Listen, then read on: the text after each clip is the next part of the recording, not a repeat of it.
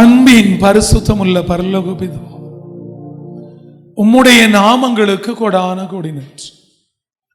நீர் ஒருவரே ஜீவனுள்ள தேவனும் சதா காலங்களிலும் உயிரோடு கூட இருக்கிறவருமாய் இருக்கிறவரே, உமக்கு நன்றி.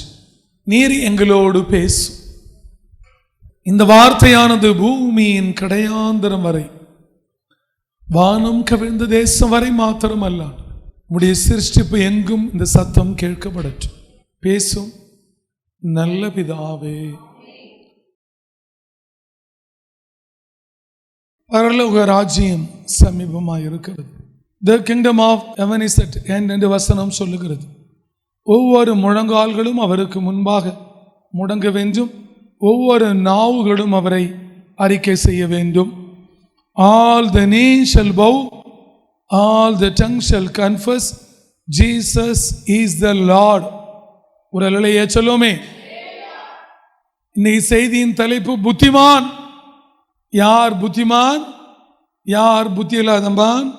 யார் மழை காலங்களிலே தண்ணீர்கள் ஓடிக்கொண்டிருக்கிற பொழுது ஐயோ தன் சரீரத்தை பார்த்து முடியெல்லாம் அழகா இருக்கிறதா, கொட்டி விட்டதா என்று சொல்லி பார்த்து மரங்களிலே கொம்புகளை சிக்கிக்கொண்டு ஐயோ என் முடி போய்விட்டது, நான் இனி உயிரோடு கூட இருக்க வேண்டும் என்று சொல்லி தன்னை மாய்த்து கொள்ளுமே அந்த மானா, இல்லை கொஞ்சம் கொஞ்சம் வேதம் தெரிந்து நீ படித்த படிப்பு டிகிரி அதெல்லாம் வைத்து கல்விமான் அப்படின்னு நினைக்கிற மானா, இல்லை தேவன் எதிர்பார்க்கிற புத்திமானா அப்படின்னு சொல்லி இன்றைக்கு உங்களுக்கு சொல்லுகிறார்.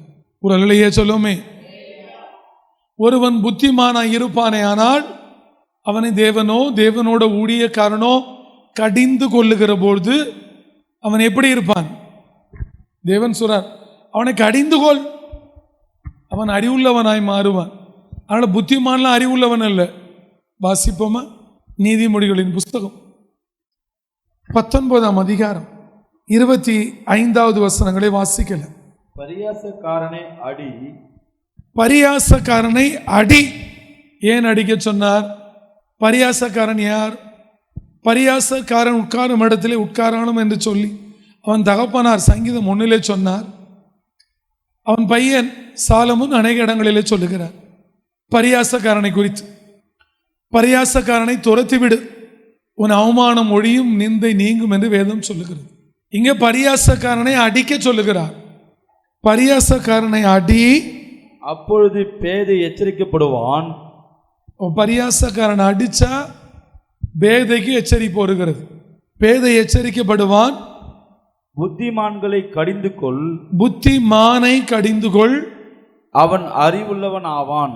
அவன் அறிவுள்ளவன் ஆவான். ஊழியக்காரன் ஒருத்தனை கடிந்து கொள்ளுகிறேன்னா நீங்க புத்திமான். என்னமான்? புத்திமானை கடிந்து கொள். புத்திமானை கடிந்து கொள், அவன் அறிவுள்ளவன் ஆவான். அறிவுள்ளவன் அவன்.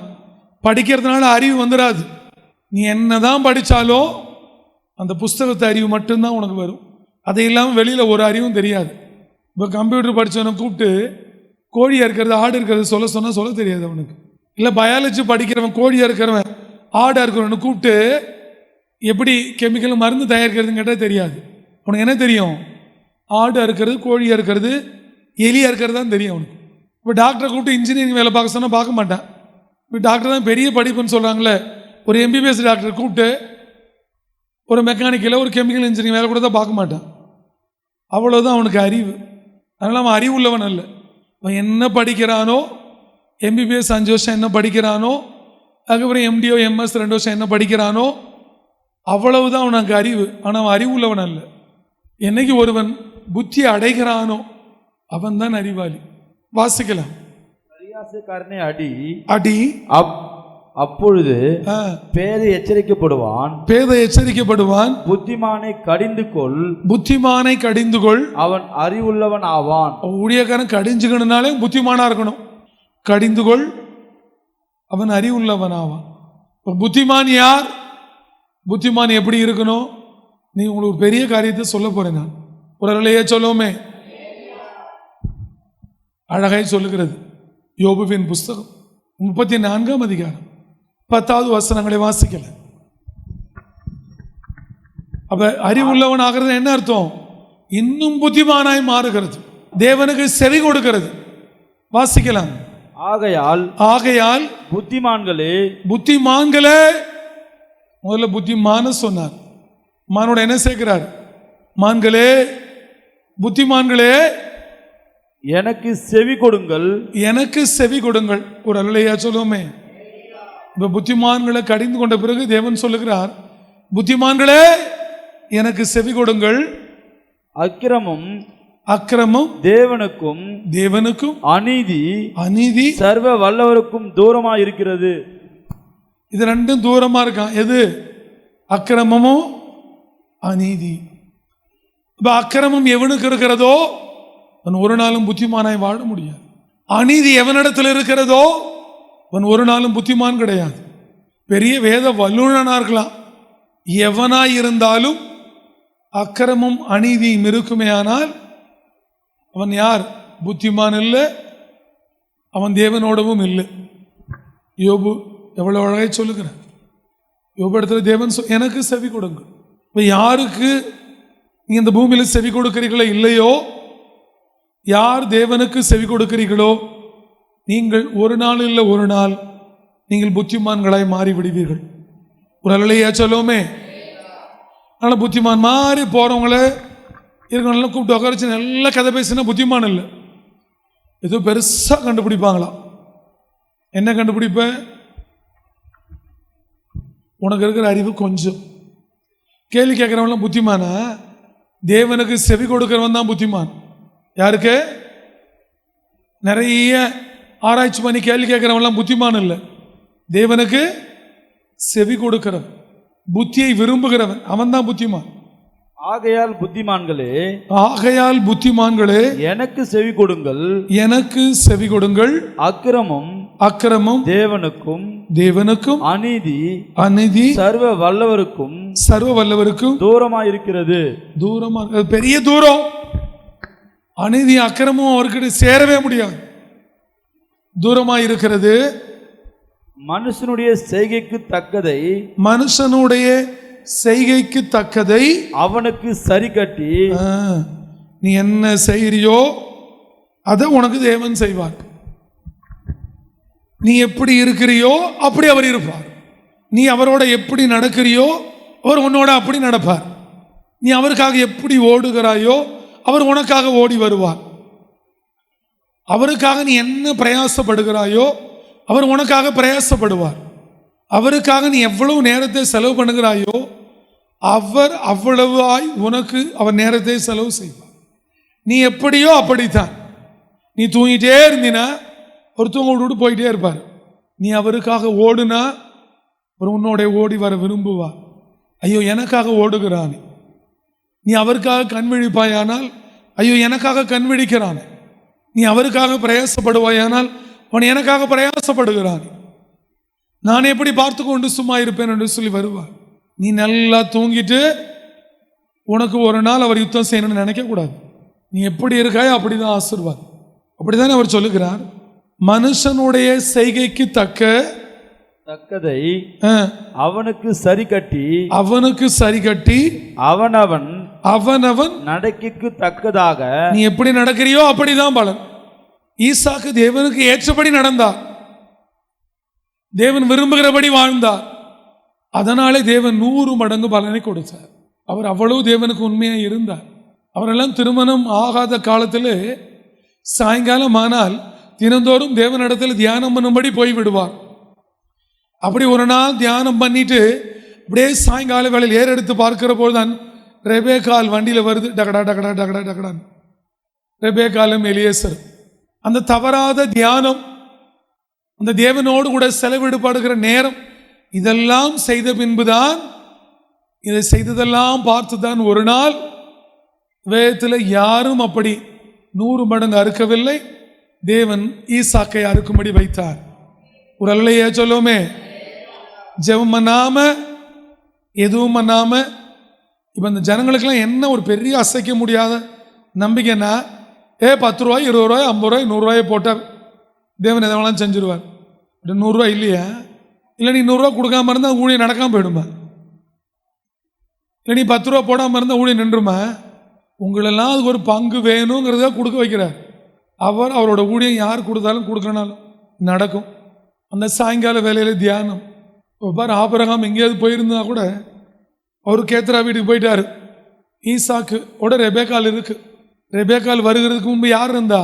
சாராள் இருந்தது.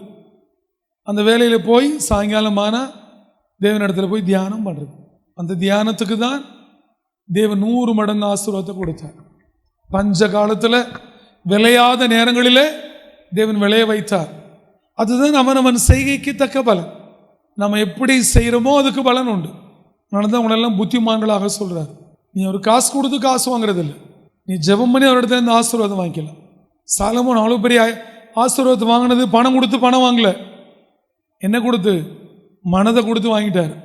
ஏன்னா ஞானம் வேணும்னு கேட்டது அவருக்கு பிரியமாக இருந்தது, தேவனுக்கு கொடுத்துட்டார். அவனவன் செய்கைகளுக்கு தக்கதாய் நடக்கைக்கு தக்கதாய் அவனுக்கு பலனளிக்கிறார். அவனுக்கு பலனளிக்கிறார். தேவன் அநியாயம் செய்யாமலும் ஒரு நாள் அவர் அநியாயம் செய்யறதில்லை. நீங்கள்லாம் அவருக்கு உழைச்சி உங்களுக்கு பலன் கொடுக்காம விட மாட்டார். நீங்களெல்லாம் அவருக்கு ஜெபம் பண்ணி அதுக்கு பதில் கொடுக்காம விட மாட்டார். நீங்கள்லாம் அவருக்காக ஓடி உங்களை சும்மா விட மாட்டார். நீயும் நானும் ஆராதிக்கிற தேவன் அநியாயம் செய்கிற தேவன் அல்ல. புரிந்துகொள். உன் வாழ்க்கையில ஆசீர்வாதம் வராம இருக்குன்னா, உன் வாழ்க்கையில தரித்திரம் இருக்குன்னா, உன் வாழ்க்கையில பாடுகளும் சஞ்சலங்களும் விலகாம இருக்குன்னா, நீ எங்கேயோ தேவனுக்கு பிரியமில்லாம இருக்க. தேவன் உன்னை சரி கட்டி கொண்டு இருக்கிறான்னு நினைச்சுக்கணும். இது ஏன் நடந்தது? எதுக்கு நடந்தது? எப்படி நடந்தது? இதெல்லாம் தான் பதில். மோசேவோட இருக்கிறவளை பார்த்து சொன்னார். எகிப்தில் இருக்கிற போது சொன்னார். என்ன சொன்னார்? உங்களுக்கு பாலும் தேனும் ஓடுகிற தேசத்தை கொடுப்பேன் என்று மோசேவின் இடத்துல சொல்லி இஸ்ரவேல் ஜனங்களை அழைத்து வந்தார். ஆனால் தேவன் வாக்குத்தத்தம் கொடுத்த எல்லாரும் கானானுக்கு வரவில்லை. அவரவர்களின் கிரியைகளுக்கு தக்க தேவன் கானானுக்கு அழைத்து வந்தார். எல்லாரும் வரவில்லை. சிலர் பூமி பிளந்து மறிக்கப்பட்டார்கள், சிலர் வானத்தினாலே அக்கினியால் மறிக்கப்பட்டார்கள், சிலர் கண்டுக்குட்டி செஞ்சு சிலை செய்த பொழுது அதனோட ஆரனோடு சேர்ந்து போய் மறிக்கப்பட்டார்கள். அநேகர் கொழுத்து புசித்து திருப்தி அடைந்து தேவனை நம்பாமல் போய் மறித்தார்கள். இப்படியாய் கடைசியில் ஜோஷுவாவும் காலேபும் 20 வயதுக்கு உள்ளவர்களும் இந்த யுத்த வீரர்களும் மாத்திரம்தான் வந்து சேர்ந்தார். எல்லாரும் வரல. ஆனால் மோசேயின் இடத்துல எகிப்தில் சொன்ன பொழுது எல்லாருக்கும் தான் வாக்குத்தத்தம் என்ன கொடுத்தாரு? எல்லாருக்கும் வாக்குத்தத்தம் கொடுத்தார். ஏய் நீ யூதாவா உனக்கு, ஏய் நீ பெனிமின் கோத்திரம் உனக்கு, அப்படி சொல்லல. எல்லாருக்கும் யார் யார் பாத்திரவான்களை நடந்தார்களோ தேவன் சரி கட்டுகிற பொழுது நியாயமாய் இருந்தவர்கள் எல்லாரும் கானானுக்குள் வந்தார்கள். இல்லாதவர்கள் வராமல் போய்விட்டார்கள். அவர் சரி கட்டுகிறார். சிலரை சீக்கிரமாய் சரி கட்டி விடுகிறார், சிலரை தாமதமாய் சரி கட்டுகிறார். அது சர்வ வல்லவரின் இருதயத்தில் இருக்கிறது. தேவன் அநியாயம் செய்யாமலும் சர்வ வல்லவர் நீதியை புரட்டாமலும் இருக்கிறது மெய்யே. நீதியை புரட்டாமலும் இருக்கிறது மெய்யே. நீதியை ஒரு நாளும் நான் சொல்லுகிற சேனைகளின் கர்த்தர் புரட்டுவது இல்லை. ஒரு நாளும் நான் சொல்லுகிற இந்த தேவன் அநியாயம் செய்யல. ஒரு இயேசுவாய் இறங்கி வந்த போதும் செய்யல, உயிர் திறந்த பின்னும் செய்யல, ஒரு இனியும் செய்ய போறதில்லை. ஏதோ நடக்கிறது என்றால் உனக்கு அவர் சரி கட்டுகிறார். புத்திமான்களே எனக்கு செவி கொடுங்கள். இன்னைக்கு சொல்லுகிறேன் நான், எவன் வாயை அடக்கிறானோ, இந்த பூமியில எவன் வாயை அடக்கி அந்த வாயை ஆளுகை செய்கிறானோ அவன் தான் புத்திமான். அவனுக்கு தான் தேவன் ஜீவனை கொடுக்கிறார். வாயை அடக்கணும். வாயை அடக்குனீங்கன்னா உங்க வாழ்க்கையில பெரிய தேவனோட ஜீவனை பெற்றுக்கொள்ளலாம். வாயை அடக்கணும். வாசிப்போமா? நீதிமொழிகளின் புஸ்தகம் 11ஆம் அதிகாரம் 12, 13 வாசிக்கலாம்.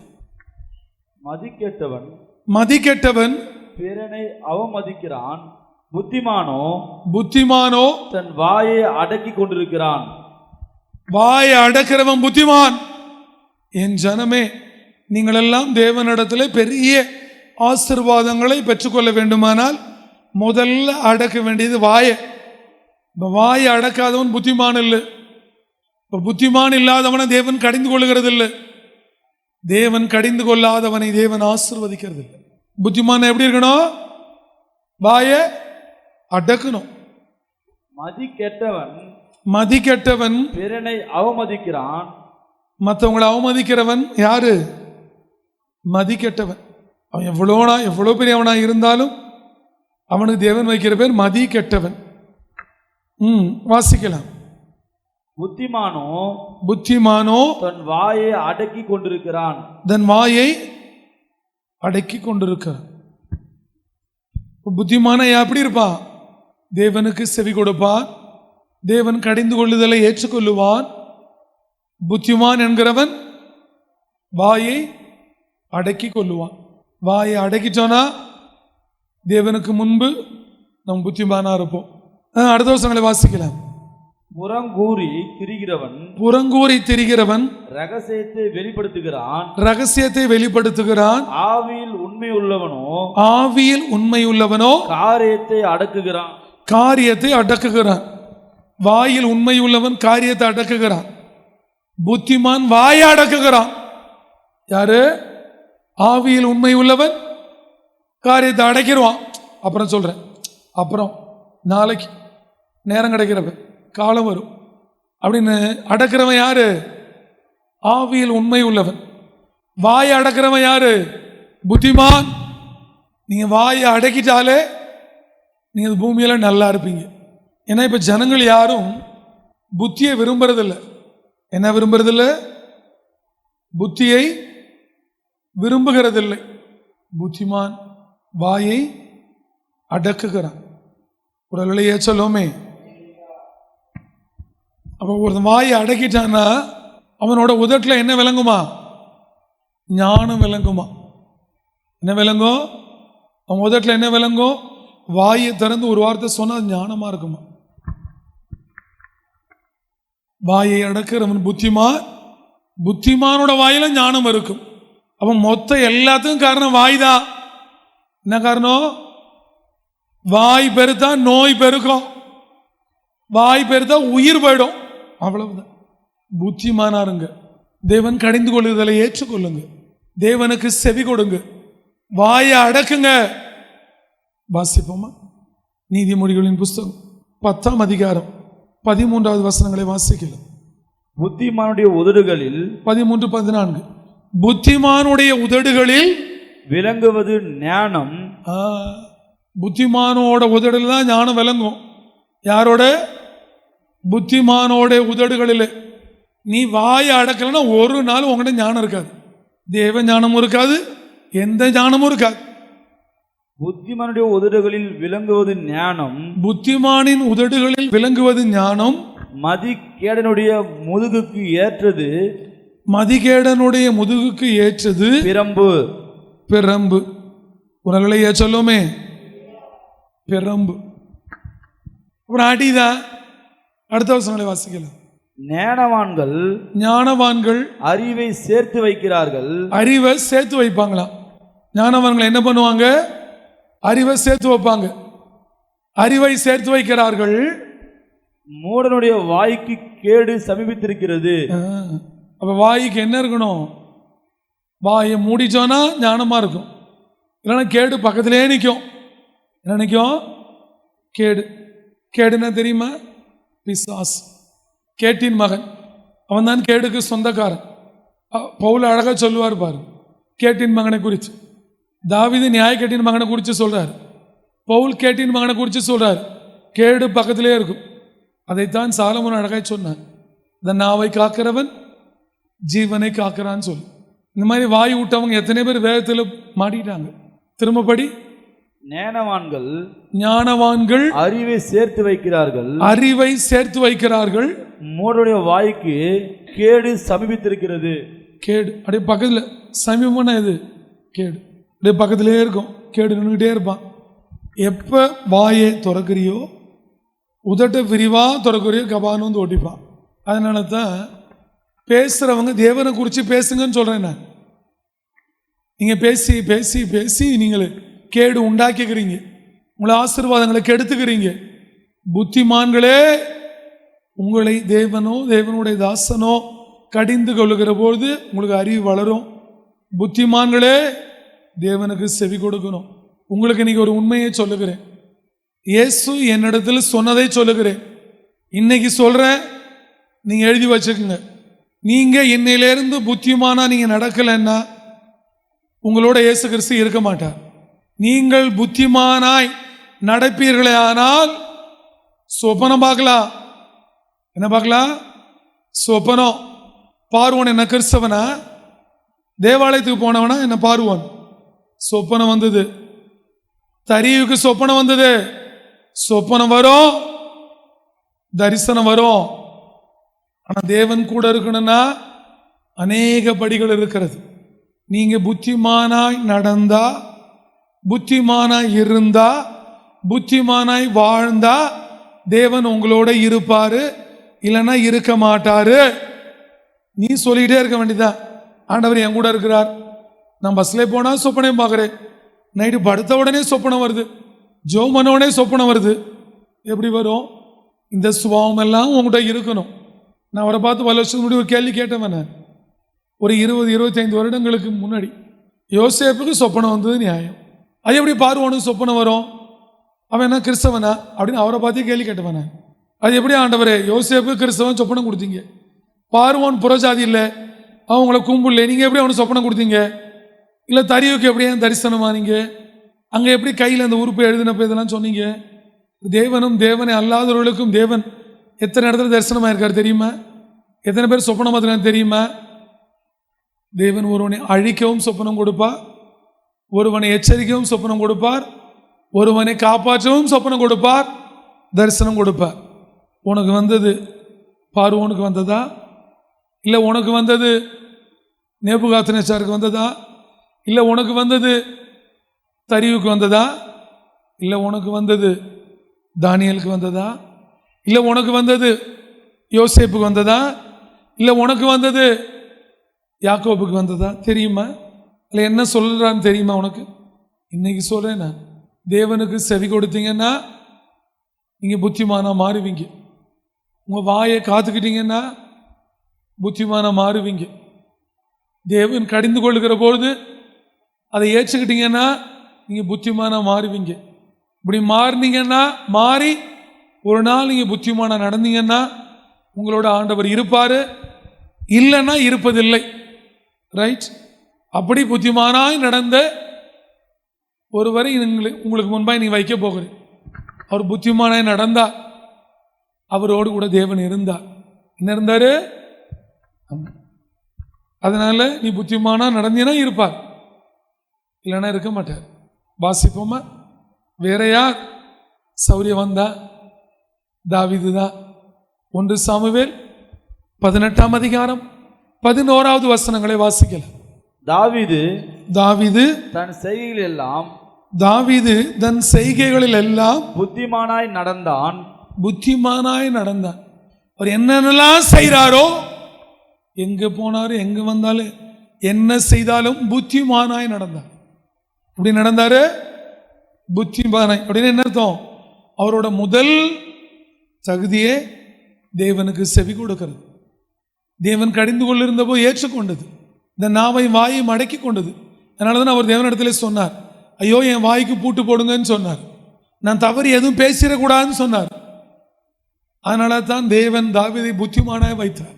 அதனால தான் நடந்த நடனம் எப்படி இருந்தது? புத்திமானாய் நடந்தார். நீங்க அப்படிதான் நடக்கிறீங்களா? வாசிக்கலாம். தாவீது தன் செய்கைகள் எல்லாம் புத்திமானாய் நடந்தான். கர்த்தர் அவனோடு கூட இருந்தார். இருந்தவர் தாவீதோட மரண நாள் வரை அவரை விட்டு போகவே இல்லை. ஒரு அல்லேலூயா சொல்லுவோமே. தேவன் புத்திமானா யார் நடக்கிறானோ அவனோடு கூட தான் இருப்பாரு, அவனோடு கூட தான் இருந்தார். ஒரு அல்லேலூயா சொல்லுவோமே. இன்னைக்கு நீ புத்திமானாய் இந்த உபதேசத்தின்படி ஊழியக்காரன் கடிந்து கொள்ளுகிற பொழுது எனக்கு அறிவு வளரும். ஊழியக்காரன் என்னை சிக்ஷிக்கிற பொழுது என்னை புத்திமானாக்க தான் சிக்ஷிக்கிறாரு. புத்திமானோட வாயில் ஜீவன் இருக்கிறது. புத்திமான் தன் வாயை அடக்குகிறான். புத்திமான் தேவனுக்கு செவி கொடுக்கிறான். புத்திமான் தேவனோட சிக்ஷையை ஏற்றுக்கொள்ளுகிறான். அதனாலே புத்திமானோடு கூட தேவன் இருக்கிறார். உரலையே சொல்லுமே, என்னையும் இந்த பூமியில புத்திமானா வைங்க, என்னோடு கூட இருங்க ஆண்டவரே. நீங்க அவர் இருந்தா போதும். தாவீதோடு இருந்தார். தாவீதை ஆசீர்வதித்தார், ராஜாவாய் மாற்றினார். என்னென்ன வேணுமோ எல்லாவற்றையும் தேவன் செய்து கொடுத்தார். சௌரியவானாய் வைத்தார், யுத்த வீரனாய் வைத்தார், ஆராதனை வீரனாய் வைத்தார். தாவீதின் வம்சத்திலே இயேசு பிறந்து வந்தார். அதனால தான் அவர் தாவீதின் குமாரனே அப்படிங்கிற அந்த மேலான இடத்தை கொடுத்தார். புத்திமான் புத்திமான் ஆண்டவரிடத்தில் சொல்லுங்க, ஆண்டவரே நான் புத்திமானாய் நடக்கணும். இதுவரை செவி கொடுக்காம இருந்தா இனி நான் செவி கொடுப்பேன். என்னை எங்க ஊழியக்காரன் கடிந்து கொள்ளுகிற பொழுது, சிக்ஷிக்கிற பொழுது என்னை அறிவுள்ளவனாக்கவும் புத்திமானாய் மாற்றதான் கடிந்து கொள்ளுகிறேன். இனி என் வாயை அடக்குவேன் ஆண்டவரே. என் உதட்டில் ஜீவன் இருக்கணும். நான் எங்கே போனாலும் எங்கே வந்தாலும் என்ன செய்தாலும் புத்திமானாய் நடக்கணும். தேவனே என்னோடு கூட இருங்க. தாவீதோடு கூட இருந்தவர் புத்திமானாய் நடந்ததாலே இருந்தார். அதே தேவன் என்னையும் புத்திமானாய் மாற்றி நானும் புத்திமானாய் நடக்கும்படி செய்து தாவீதோடு இருந்த தேவன் என்னோடு இருந்து என்னை விட்டு விலகாமல் போகாமலும் இரும் என்று சொல். அவர் உன்னோடு கூட இருப்பார். அவர் உங்களோடு இருக்கும்படி நான் ஜெபிக்க போகிறேன். அவர் இருந்தால் எல்லா விதமான ஆசீர்வாதங்கள், சமாதானம், சந்தோஷம், மகிழ்ச்சி, சுகம், பலன், ஆரோக்கியம் இந்த பூமியில் உள்ள எல்லாவற்றையும் பெற்றுக் கொள்ளலாம். புத்திமான் என்பது சாதாரணமானதில் ஒப்புக்கொடு. புத்திமான்களே அறிவுள்ளவர்களாய் மாறுங்கள். புத்திமான்களே தேவனுக்கு செவி கொடுங்கள். புத்திமான்களே வாயை அடக்கிக்கொள். புத்திமான்களே உங்கள் உதடுகளில் ஞானம் இருக்கட்டும். புத்திமான்களே உங்கள் செய்கைகளில் கர்த்தர் உங்களோடு இருக்கட்டும். இதோ உங்களுக்கு நான் ஜெபிக்க போகிறேன். என் ஜனமாய் உங்கள் மேல் உள்ள ஆசை, என் ஏக்கம், அதனாலே தேவன் இப்படி கொடுத்தார். அவரும் உங்களோடு இருக்க வேண்டும் என்று விரும்புகிறார். ஆனால் யார் யார் புத்திமான்களை மாற விரும்புகிறீர்கள், உங்களோடு அவர் இருப்பார். அன்பின் பரிசுத்தம் உள்ள பரலோக பிதா, ஆண்டவரே அடியானை புத்திமானாய் மாற்றி, அடியானை சிக்ஷித்து, அடியான் உம்முடைய வார்த்தையை செவி கொடுக்கும்படி வைத்து, வாயை காக்கும்படி வைத்து, உதடுகளில் ஜீவன் இருக்கும்படி வைத்து, தாவீதோடு இருந்த தேவன் அடியானோடு இருந்து நடத்தி வருகிறேன். உமக்கு நன்றி. என் ஜனங்களும் புத்திமான்களை மாறற்றும். என் ஜனங்களோட சேனைகளின் கர்த்தர் இந்த நாளில் இருந்து இருப்பீராக. இவர்களோடு கூட இருந்து இவர்களை ஆசீர்வதித்து சுகம், பலன், ஆரோக்கியத்தை கட்டளையிட்டு இந்த பூமியில ஒரு குறைவில்லாதபடி என் தேவன் நடத்துவீராக. புத்திமான்களே தேவன் உங்களை ஆசீர்வதிக்கட்டும். ஆசீர்வதியும். ஜெபம் கேளும் நல்ல பிதாவே, ஆமென்.